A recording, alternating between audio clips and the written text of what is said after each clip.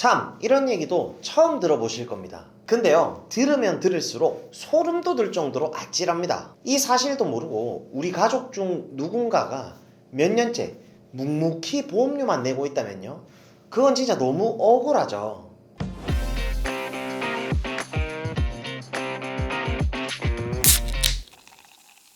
네, 안녕하세요. 여러분들의 갈증을 톡 쏘는 보험 지식으로 해소시켜드리는 보험사야입니다. 반갑습니다.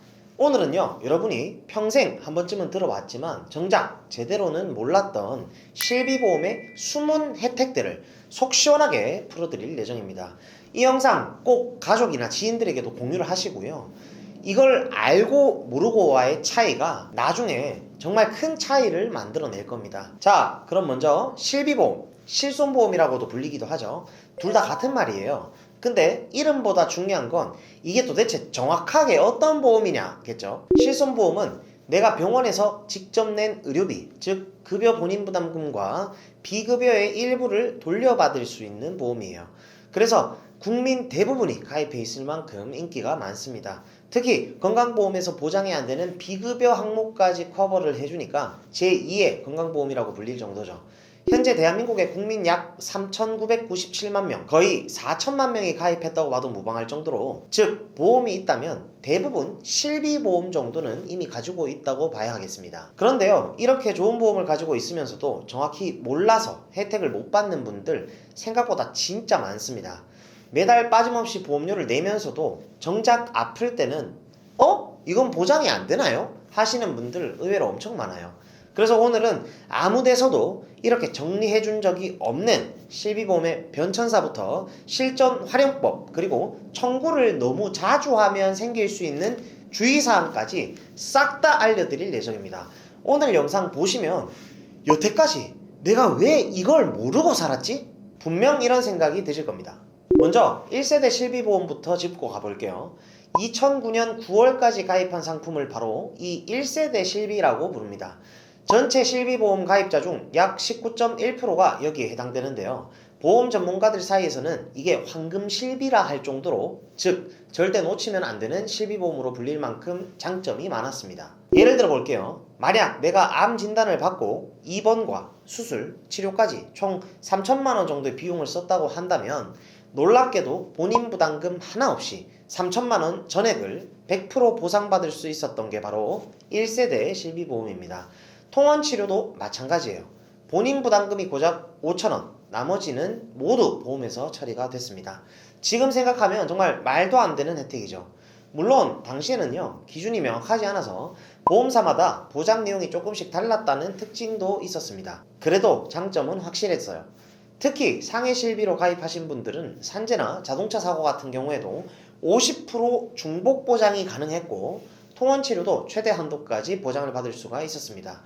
게다가 자기 부담금도 거의 없었고요. 상해로 인한 치과 치료나 한방 치료까지 보장이 됐으니까 정말 해자실비라는 말이 아깝지가 않았죠. 그래서 지금도 보험 전문가들 사이에서는 1세대 실비는 절대 해지하지 마라, 무조건 유지해라, 이런 말이 나올 정도입니다. 갱신 주기는 보통 3년에서 5년, 그리고 결정적으로 재가입 주기가 아예 없다는 점, 이게 바로 이후에 나오는 세대의 실비들과는 큰 차이점입니다. 그 다음은 2세대 실비보험, 즉 표준화 실손보험입니다. 이건 2009년 10월부터 2017년 3월까지 가입한 상품을 말하고요.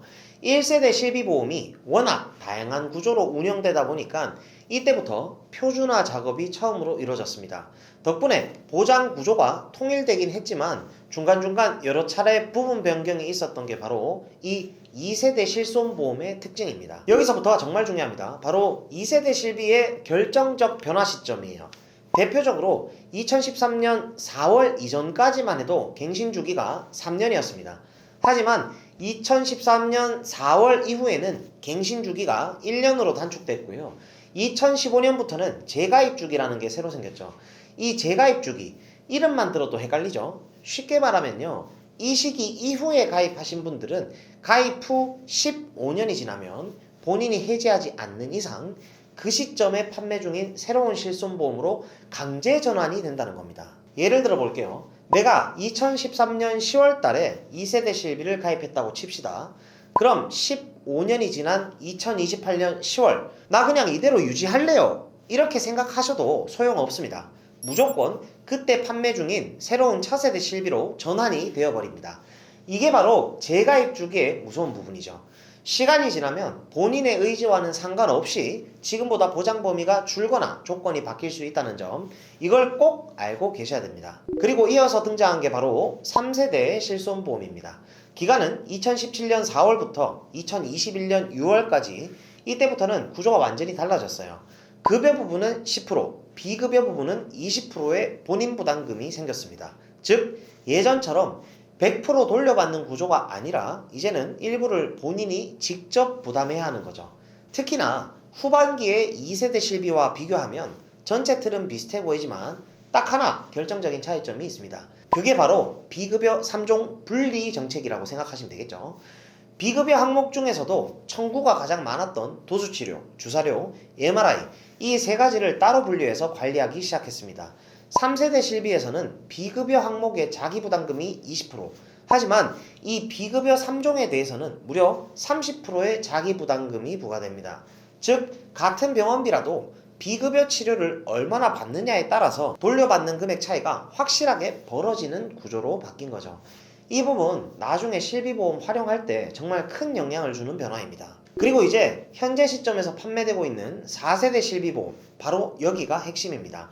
2021년 7월부터 지금까지 판매 중인 이 4세대 실손은 급여 부분의 본인 부담률이 20%, 비급여 부분은 30%로 이전보다 부담이 더 올라갔습니다. 뿐만 아니라 비급여 항목의 통원 치료에는 횟수 제한까지 생겼습니다. 필요할 때 마음껏 받던 치료가 이제는 정해진 횟수 안에서만 가능한 구조로 바뀐 거죠. 또 하나 중요한 변화, 그동안 1세대에서 3세대 실비의 재가입 주기는 모두 15년이었지만 4세대부터는 단 5년으로 짧아졌습니다. 즉 앞으로 5년마다 새로운 실비가 출시될 때마다 자동으로 새로운 세대로 전환을 해야 된다는 얘기입니다. 이건 단순한 선택이 아니라 시스템적으로 강제 전환이에요. 이쯤 되면 자연스럽게 이런 고민이 생기죠. 그럼 나는 실비보험을 바꿔야 하나? 아니면 그냥 두는 게 나을까? 자, 그 해답이 바로 이 다음에 나옵니다. 전체 실비 가입자 중 2013년 1월 이후 출시된 2세대 실비, 그러니까 15년마다 재가입해야 하는 0.3%, 그리고 6.1%의 일부 2세대, 그리고 0.4%와 22.7%에 해당하는 3세대 가입자, 마지막으로 10.5%의 4세대 가입자까지 합치면 무려 전체 가입자의 약 40%가 여기에 해당이 됩니다. 이분들은 사실 전환 여부로 크게 고민하실 필요가 없습니다. 왜냐하면요, 13년 이후 2세대부터 3세대 실비까지는 15년이 지나면 어차피 자동으로 새 실비로 전환을 해야 되고요, 4세대 실비 가입자는 5년 뒤에 5세대 실비로 바뀌기 때문입니다. 즉 이미 시스템상 자동 전환 구조가 만들어져 있는 거나 다름없겠죠. 결국 중요한 건 실비보험을 그냥 방치해 두느냐, 아니면 내가 가진 세대의 특성을 정확히 알고 현명하게 활용하느냐의 차이입니다. 그래서 이번에 보험사에다가 깔끔하게 정리를 도와드렸습니다. 실비보험 활용 꿀팁 첫 번째, 바로 연간 자기부담금 한도 활용하기입니다. 이 부분 진짜 모르셨던 분들이 많을 겁니다. 2009년 8월 표준화 이후 가입한 실비보험부터 2021년 6월, 즉 4세대 실비 이전까지 가입하신 분들이라면 꼭 주목하세요. 이분들은 입원 시 발생한 자기부담금이 연간 200만원을 초과하면 그 초과분은 전액 보상을 받을 수가 있습니다. 즉 내가 병원비를 많이 썼다고 해서 손해보는 구조가 아니라는 거죠. 이게 바로 연간 자기부담금 한도 핵심입니다. 이해가 잘 안된다 하실 수 있죠. 그럼 예시로 바로 풀어볼게요. 2012년에 실비보험을 가입한 A씨가 입원을 해서 치료를 받았다고 가정을 해볼게요. 총 병원비가 5천만원이 나왔습니다. 자기부담금이 10%라면 원래 계산상 5천만원 중 10%인 500만원을 본인이 부담을 하고 나머지 4,500만원을 돌려받는 구조가 맞죠.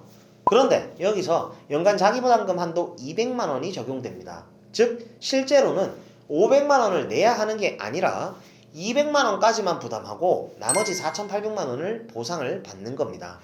이거 알고 계셨던 분들이 얼마나 될까요? 진짜 생각보다 거의 없습니다. 이 혜택만 제대로 알아도 실비가 왜 제2의 건강보험이라고 불리는지 실감이 나실 겁니다. 자, 다음 내용 넘어가기 전에 이건 꼭 주변 분들께도 오늘 영상만큼 공유를 해주시고요. 이 영상 정말 많은 도움이 되실 겁니다. 구독, 좋아요, 알림 설정. 여기서 잠깐 4세대 실비보험의 구조가 과거 1, 2, 3세대 실비와는 꽤 다르게 바뀌었다는 점, 이거 꼭 먼저 짚고 넘어가야 됩니다. 예전 실비보험은 급여와 비급여를 합산해서 자기부담금 한도가 200만원이었죠. 하지만 지금 판매 중인 4세대 실비보험은 이 규칙이 달라졌습니다. 급여 항목은 여전히 동일하게 200만원 상한선이 적용되지만 문제는 비급여 항목이에요. 비급여 부분은요, 한도 적용이 아예 없습니다. 이게 무슨 말이냐면요, 비급여는 전적으로 본인이 부담해야 한다는 뜻이죠. 이게 실비보험 세대별로 체감 차이가 나는 핵심 포인트입니다. 좀 더 자세히 알고 싶으신 분들은 설명란에 남겨드릴 거니까 영상 링크를 참고해 주시고요. 이제 계산을 간단하게 예로 들어볼게요. 급여 항목 치료비가 3천만원 나왔다고 가정해 봅시다. 4세대 실비는 급여의 본인 부담률이 20%니까 원래라면 3천만원에 20%인 600만원을 본인이 내고 2,400만원을 돌려받게 되는 구조죠. 자, 그런데 여기서 자기부담금 상한선이 200만원이 적용되면 이야기가 달라집니다.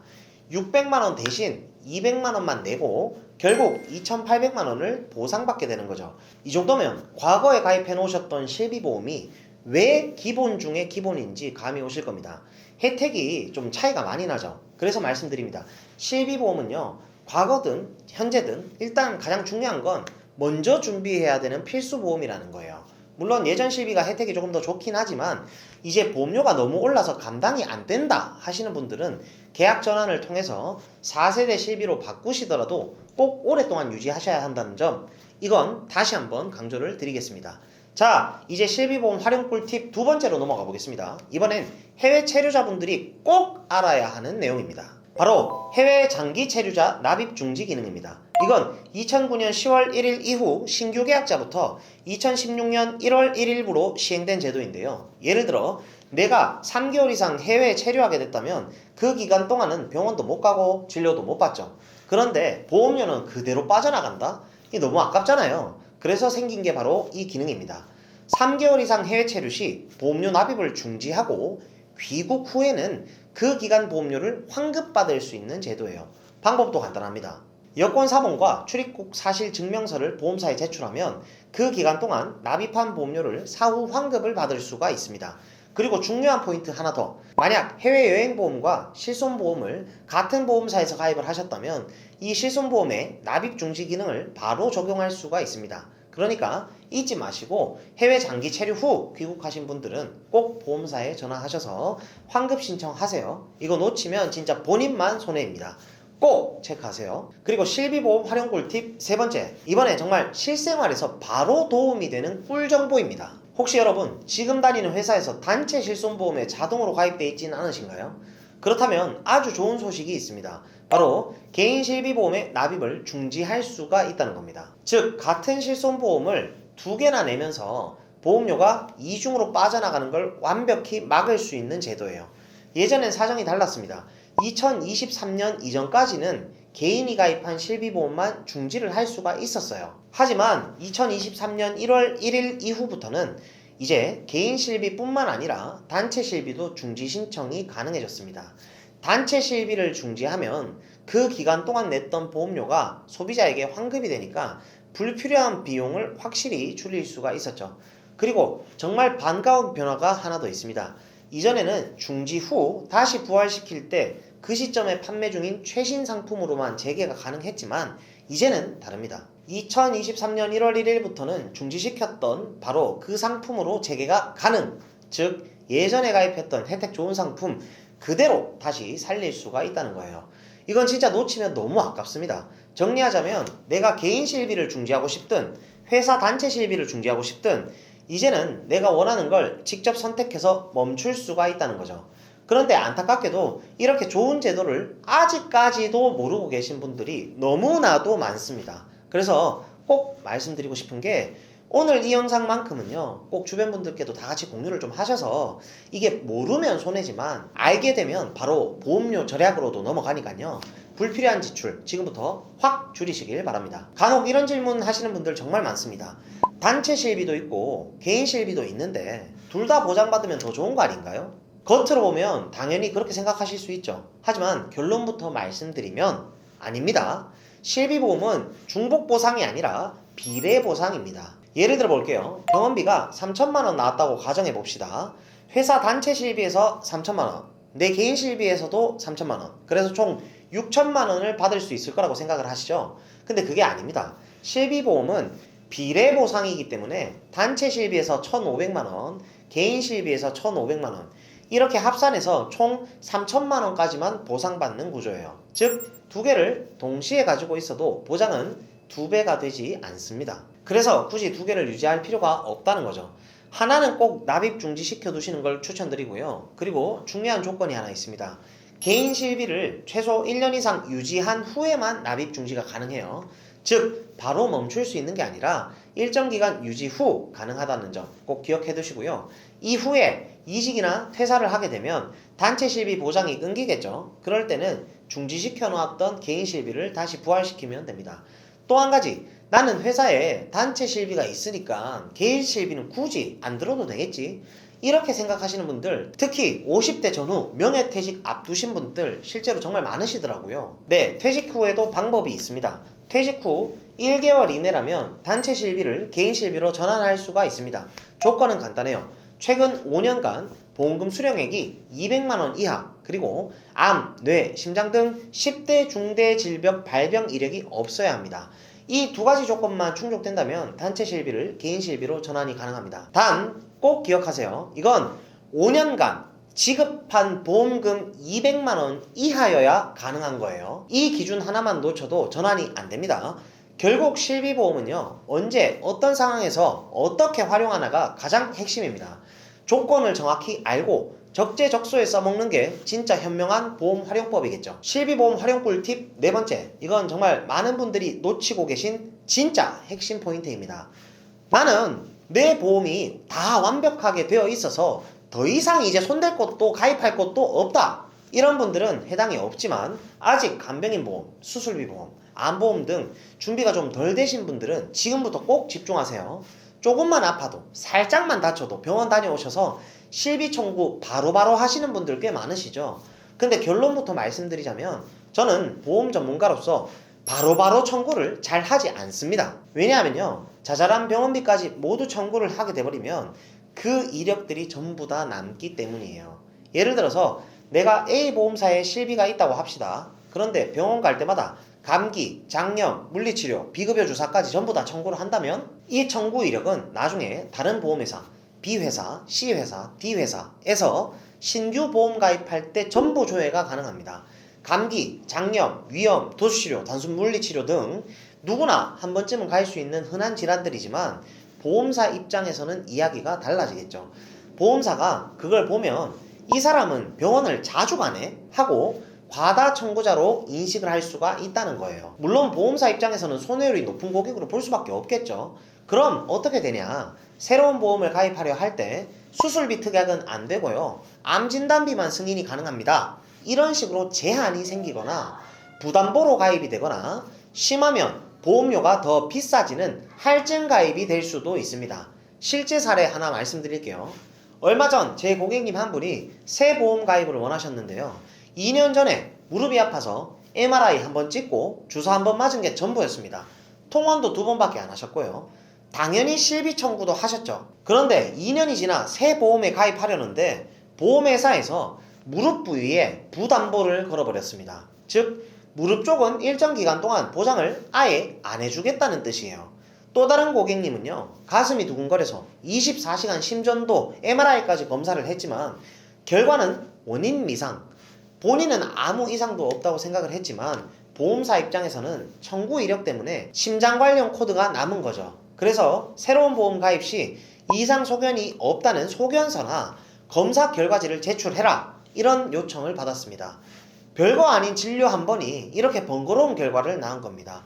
또 여러분, 도수 치료 받으시는 분들 많으시죠? 거북목, 일자목 때문에 3년간 6회 정도 치료를 받았다고 해볼게요. 원래는 보험가입 전 고지 의무사항이 5년 내 통원 7회 이상일 때만 고지 대상이라서 6회면 고지를 안 해도 됩니다. 그런데 청구를 하셨다면 이야기가 달라질 수 있습니다. 보험회사는요, 청구 이력을 보고 어느 부위의 치료였는지 도대체 사유는 무엇인지 전부 고지를 하라고 요구할 수 있다는 거죠. 결국 후유장해나 수술비 특약은 가입 거절이 되거나 보장금액이 절반으로 줄어드는 불이익이 생길 수도 있습니다. 그래서 이 보험사이다는 이렇게 조언을 드립니다. 당장 몇만원, 몇십만원, 만약에 급한 상황이 아니라면 청구를 좀 두셨다가 미루셨다가 청구를 하실 것을 권장드리고요.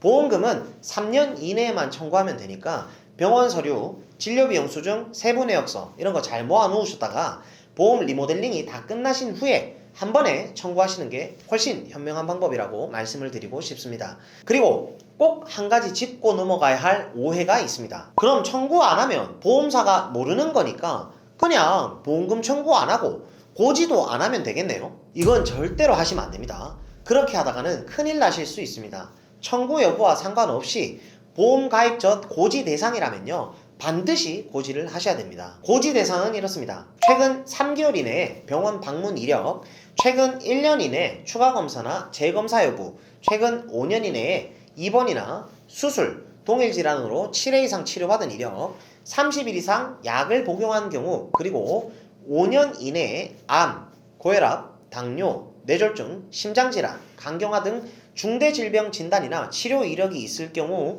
이건 무조건 고지를 해야 합니다. 예를 들어서 고혈압 진단을 받고 30일치 약만 처방받았어요. 약 안 먹고 버렸다 하더라도 그거는 고지 대상입니다. 왜냐면요, 진단받은 사실 자체가 이미 고지 의무에 해당하기 때문이에요. 즉 실비 청구를 했든 안 했든 그건 상관없습니다. 중요한 건 고지 대상이라면 반드시 고지를 해야 한다는 거, 이 부분 모르고 넘어가시면 나중에 정말 억울하게 보험금 지급 거절까지 당할 수가 있습니다. 그러니까 꼭 기억하세요. 보험은 아는 만큼 지키는 거고요. 그만큼 내 담당자 또한 누군가가 정말 중요하겠죠. 조금 더 쉽게 풀어서 말씀드릴게요. 예를 들어서 허리를 삐끗해서 2년 전에 도수치료 5번을 받았다고 가정해 봅시다. 규정상으로는 고지 대상이 아닙니다. 왜냐면 5년 안에 7회 이상 치료를 받았을 때만 고지 의무가 생기기 때문이죠. 그런데 문제는요, 바로 여기서 시작됩니다. 그 5번의 치료비를 모두 실비로 청구를 했다면 보험사 입장에서는 이야기가 완전히 달라집니다. 새로운 보험을 가입할 때 이렇게 묻습니다. 언제 치료받으셨어요? 진단명은 뭔가요? 치료 부위는 어디였죠? 총 몇 회 받으셨나요? 그리고 결과는 어떻게 될까요? 이 특약은 삭제하셔야 됩니다. 허리 관련 보장은 일정 기간 동안 제외됩니다. 보험료를요, 조금 더 할증돼서 더 내셔야 됩니다. 이런 식으로 불이익이 생길 수 있다는 겁니다. 그래서 제가 늘 강조하는 게 바로 청구 소멸시효죠. 이거 하나만 정확히 알고 계셔도 큰 도움이 되실 거예요. 보험금 청구의 소멸시효는 3년입니다. 즉 3년 안에만 청구를 하면 되기 때문에 굳이 병원 다녀오고 바로바로 청구하실 필요는 없어요. 서류만 잘 챙겨두셨다가 보험 리모델링이나 추가 가입을 마친 뒤 한 번에 청구하는 게 훨씬 현명한 방법입니다. 본 광고는 손해보험 광고심의 기준을 준수하였으며 유효기간은 시밀로부터 1년입니다. 오늘은 이렇게 실비보험을 이미 가지고 계신 분들이나 앞으로 가입할 계획을 하고 계신 분들이라면 꼭 알아야 할 실전 꿀팁들을 정리해드렸고요. 그리고 언제 청구하는 게 좋은지, 또 실비를 활용할 때 어떤 부분을 조심해야 하는지도 쉽게 풀어드리는 시간을 가져봤습니다. 사실 이런 내용들은 보험 전문가가 아니면 알기 정말 어렵습니다. 그래서 저는 항상 말씀을 드립니다. 믿을 수 있는 보험 전문가를 만나서 내 보험을 정확히 점검을 받고 가입을 하셔야 된다는 거, 그리고 인생에서 딱 하나의 보험만 골라야 한다면 저는 주저없이 말씀드립니다. 무조건 실비보험입니다. 오늘 영상 보신 분들 꼭 주변 분들께도 이 영상을 좀 공유해 주시고요. 정말 몰라서 놓치시는 분들이 너무나도 많습니다.